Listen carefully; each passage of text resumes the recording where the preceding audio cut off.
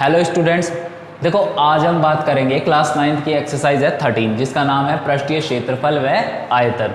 इस एक्सरसाइज में हम क्या करते हैं, हमें विभिन्न प्रकार की आकृतियां दी होगी, हमें उनका क्षेत्रफल, आयतन या जो भी उस आकृति का निकलता है, जैसे कि पैरामीटर भी होता है जिसे परिमाप कहते हैं, तो परिमाप, वो सारी चीज़ें निकालना किस तरह से, उनके जो सूत्र होते हैं। आज हम उन सूत्र और इनकी जो आकृतियाँ होती है, ये जो नाम लिखे हुए हैं 7 नाम है आपकी 13वीं प्रश्नावली में, 7 डायग्राम आपको मिलेंगे। उनका आपको क्षेत्रफल पूछेगा या आयतन पूछेगा, जो भी पूछेगा, ठीक है। आपको उनके लिए उन आकृतियों को समझना जरूरी है कि वो आकृतियाँ कैसी होती है असल में, ठीक है। तो देखो सबसे पहले एक एक की बात करते हैं आयत की। आयत को आप बचपन से पढ़ते आ रहे हो, ठीक है। आयत, देखो सबसे पहले तो आपको मैं एक बात बताऊँ, आकृतियाँ 2 प्रकार की होती है। एक तो होती है 2D, एक होती है 3D। आपने भी सुना होगा 3D मूवी लग रही है थिएटर में, ऐसा कुछ, ठीक है। तो 2D का मतलब होता है डायमेंशनल, ठीक है, और 3D का मतलब होता है 3 डायमेंशनल। अब ये 3 डायमेंशनल और 2 डायमेंशनल होता क्या है, देखो 2D का मतलब होता है वो आकृतियाँ जिसमें हमें सिर्फ उसकी लंबाई और चौड़ाई ज्ञात हो या दिखे। हम अगर उसको देखें तो हम उसे एक साइड से देख सके, अगर उसको कॉर्नर से देखें तो वो हमें एक सपाट सीधा समतल दिखाई दे, ठीक है। उसे क्या कहते हैं, 2D, जिसमें लंबाई होती है और क्या होती है, चौड़ाई। लेकिन बात करें अगर 3D की, तो 3D जो होती है उसमें हमें लंबाई भी दिखाई देती है, चौड़ाई भी दिखाई देती है, और उसकी एक ऊंचाई, तीसरी विमा कहते हैं जिसको, वो और आ जाती है। जैसे अब अगर आप बात करोगे, ये एक आकृति मैं बना रहा हूँ बोर्ड पे, ये एक रुमाल होता है, एक शीट होती है, एक पेपर होता है, ये सारी आकृतियाँ एक 2D आकृति है। वैसे तो वो 3D है क्योंकि 2D आकृतियों को हम छू नहीं सकते। अब आप कहोगे आप पेज को तो छू सकते हो, लेकिन उसकी भी, उस पेज की भी जरा सी मोटाई होती है, इसलिए हम उसको 2D का एग्जाम्पल के रूप में यूज़ कर रहे हैं। बाकी 2D आकृति जैसे ये बना हुआ है आपके सामने, इसकी लंबाई ये रही, चौड़ाई ये, ठीक है, लेकिन इसकी कोई ऊंचाई, भाई इसको अगर चौड़ाई मानोगे तो इसकी ऊंचाई पीछे की साइड होगी, और अगर इसको लंबाई और इसको ऊंचाई मानोगे तो इसकी चौड़ाई गायब है, ठीक है। तो ये आकृति जो होती है वो 2D होती है। और 3D में क्या होता है, आपने देखा होगा इस आकृति को, ठीक है।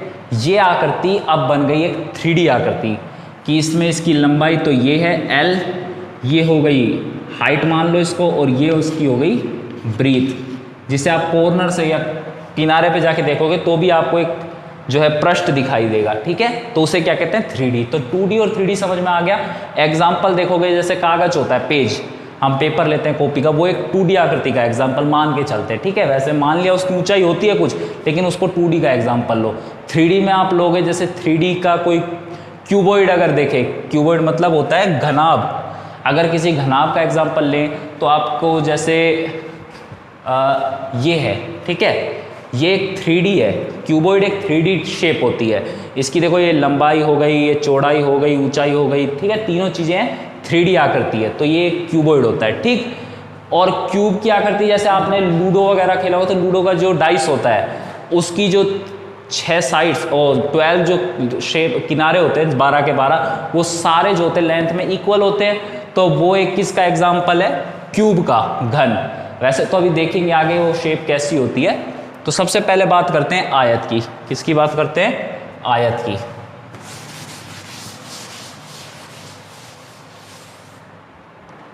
देखो आयत क्या होता है, आयत आप बचपन से पढ़ते आ रहे हो, इस आकृति को क्या कहते हैं, आयत।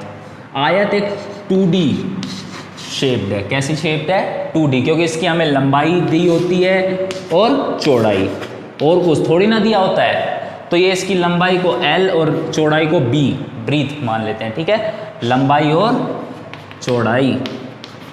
अब देखो आयत में हमें 2 चीज़ निकालने के लिए कह सकता है, या तो पूछेगा कि क्षेत्रफल निकालो, या फिर कहेगा परिमाप निकालो। अब ये दोनों चीज़ें होती क्या है, देखो आयत का कभी आयतन नहीं निकलवाएगा, क्योंकि जो 2D आकृतियाँ होती है, 2D जो शेप्ड होती है, उनका कभी आयतन नहीं निकलता, उनका या तो क्षेत्रफल निकलता है या परिमाप निकलता है, ठीक है। तो क्षेत्रफल की बात करें तो इसका सूत्र जो होता है क्षेत्रफल के, आयत के क्षेत्रफल का, वो होता है L × B, यानी कि लंबाई गुणा चौड़ाई। आपको पता भी होगा, बचपन से पढ़ते आ रहे हो, लंबाई ये हो गई, चौड़ाई ये हो गई, चाहे लंबाई इसको मान लो चौड़ाई इसको मान लो, कोई फर्क नहीं पड़ता, आंसर जो है सेम आएगा। ठीक है, समझ में आ गया क्षेत्रफल का सूत्र। और परिमाप की बात करें तो परिमाप का सूत्र आपने पढ़ा होगा 2 इंटू लंबाई प्लस चौड़ाई, ये होता है आयत के परिमाप का सूत्र। अब ये क्या होता है, असल में परिमाप कहते किसे हैं, किसी आकृति की जो बाहरी जो सीमा है, ये बाहरी जो बाउंड्री होती है इसका योग, जैसे L, जैसे मान लो कोई कहे ये 5 है, ये 3 है, ये 5 है, ये 3 है, तो 5 और 5 10, 3 और 3 6, 10 और 6 16 हो जाएगा इसका परिमाप। ठीक है, इसका परिमाप कितना आ गया 16। सूत्र से निकाल के देखोगे तो 2 इंटू लंबाई कितनी ले रहे थे हम 5, चौड़ाई कितनी ले रहे थे 3, 5 और 3 8, 8 दूनी 16, आया ना 16। तो परिमाप होता है कि जो बाहरी बाउंड्री है उसका टोटल योग, उस पूरी बाउंड्री का टोटल योग, उसे क्या कहते हैं हम परिमाप। तो आ गया समझ में इस आयत के बारे में। आयत को इंग्लिश में क्या कहते हैं, रेक्टेंगल।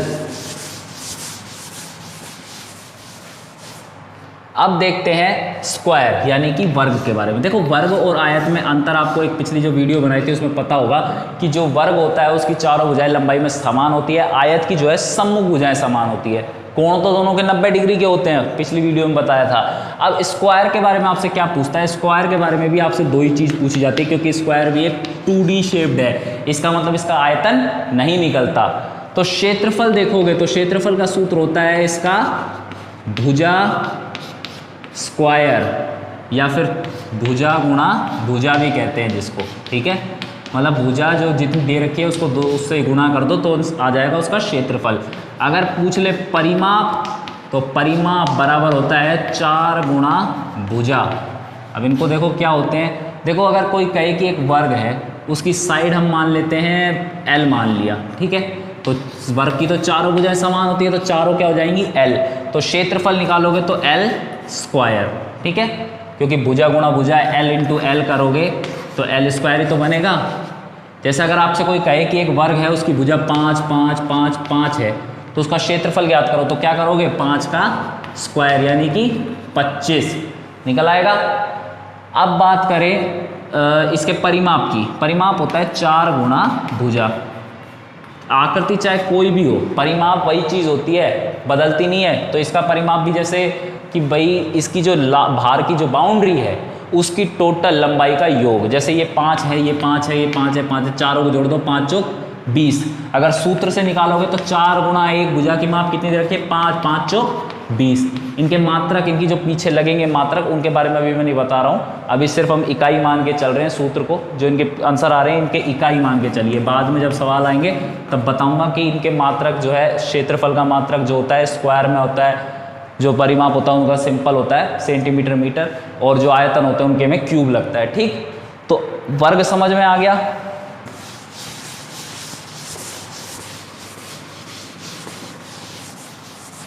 अब बात करते हैं घनाभ की। देखो एक घनाभ क्या होता है, एक घनाभ होती है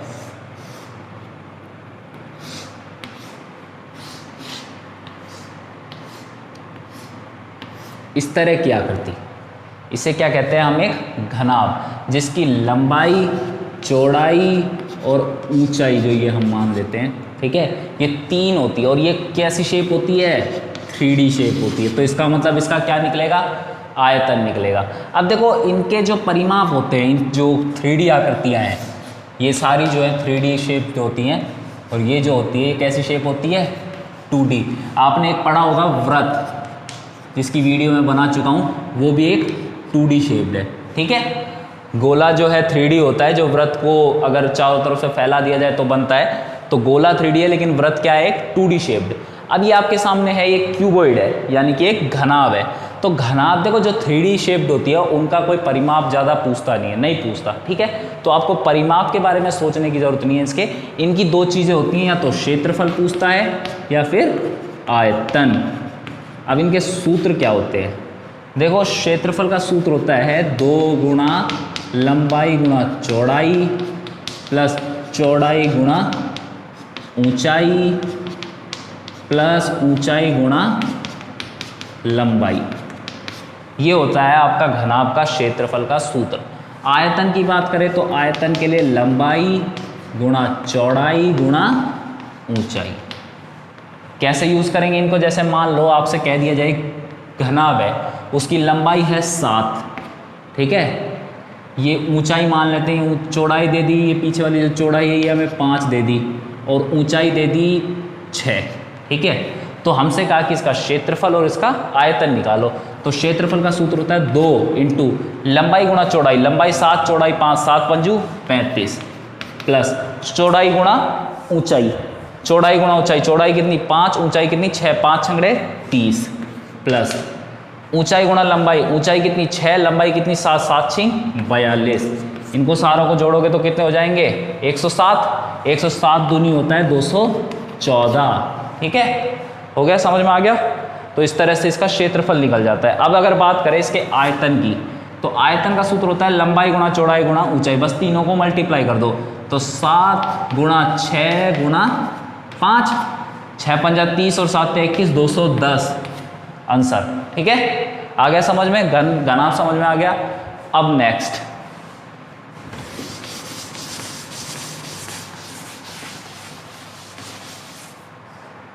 अब बात करेंगे घन की। देखो घन और घनाभ दिखने में तो एक जैसे होते हैं, लेकिन अंतर क्या होता है, घनाभ जो होता है उसकी जो तीनों लंबाई गुणा चौड़ाई, लंबाई चौड़ाई ऊंचाई जो लाइंस होती है, साइड्स होती है, वो लंबाई में अलग अलग भी हो सकती है, ठीक है। समान हो तो वो एक घन भी होगा, घनाभ भी होगा। मतलब सारे घनाभ जो है एक घन नहीं होते, लेकिन सारे घन एक घनाभ हो सकते हैं। अब देखो घन जो होता है, घन में एक कैरेक्टर होता है कि भाई उसकी जो सारी की सारी जो भुजाएं हैं, लंबाई हो चौड़ाई हो ऊंचाई हो, सारी क्या होगी बराबर। यानी कि जो घन होता है उसका प्रत्येक पृष्ठ वर्गाकार होता है। कैसा होता है? वर्गाकार। घन का प्रत्येक पृष्ठ कैसा होता है? वर्गाकार। अगर घनाभ की बात करें तो आयताकार भी हो सकता है और वर्गाकार भी हो सकता है, क्योंकि प्रत्येक घन एक घनाभ भी होता है, ठीक है। वर्गाकार या आयताकार कैसा भी हो सकता है। जरूरी नहीं है कि प्रत्येक हर एक घन का जो शेप है, जो पृष्ठ है वो आयताकार ही हो। अगर एक घन है तो वो भी एक घनाभ की उस कैरेक्टर सारे के सारे रूल्स को फॉलो करता है, ठीक है।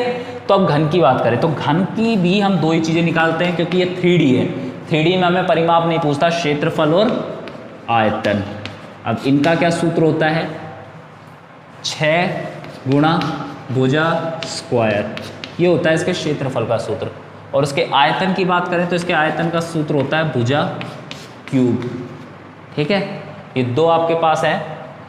अगर आप क्षेत्रफल निकालेंगे तो भुजा मान लीजिए इसकी हम L ले लेते, तो इसकी तो सारी भुजाएं L होती हैं, क्योंकि घन का प्रत्येक पृष्ठ कैसा होता है? वर्गाकार, सारी L होगी। सूत्र होता है 6 गुणा भुजा स्क्वायर। मान लीजिए भुजा L की वैल्यू दे रखी है 6, तो 6 गुणा 6 का स्क्वायर। 6 का स्क्वायर कितना हो गया? 36। 36 को 6 से गुणा करोगे तो 6 यहाँ से लगी 3, 18 21, 216 आंसर आ गया निकल के क्षेत्रफल।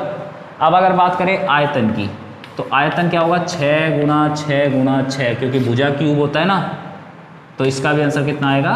216। आ गया समझ में? हो जाएगा सवाल इस तरह से घन और घनाभ।